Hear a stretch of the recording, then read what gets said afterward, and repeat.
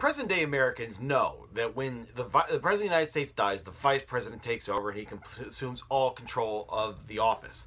Unfortunately, the Constitution is not as clear as you would think when it comes to that. It just says the Vice President will take over once if the President dies. What exactly does that mean? Does it mean that he has limited powers? Does he is he going to be called an acting President rather than President of the United States? Is there going to be a new election or whatnot? The person that we can actually thank for setting up the precedent of the Vice President taking over completely is John Tyler, the Vice President under William Henry Harrison.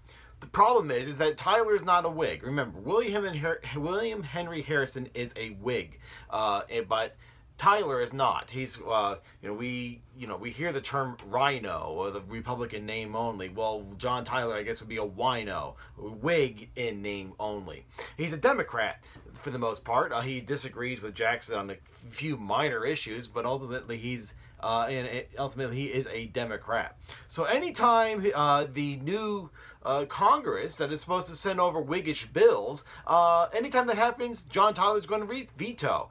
It was supposed to be basically that Henry Clay in the House of Representatives would send over a new American system, which even included a third bank of the United States, and William Henry Harrison was supposed to just sign it into law automatically. Well, unfortunately, William Henry Harrison is dead, and John Tyler is now President of the United States, and like I said, he is a Democrat in Whig clothing. And so anytime Clay sends him something, it's going to get vetoed. Soon enough, the president is going to run afoul of his quote-unquote party. In fact, by the time he leaves office, he will have actually been expelled from the Whig Party.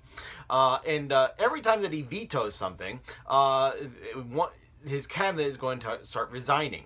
And in fact, the only cabinet member that does not resign, the last one to do so, is going to be the Secretary of State. And he happened to be in Britain negotiating the treaty, and once he got back, he's going to be disgusted by his president, and he's going to basically resign the moment he reaches American shores.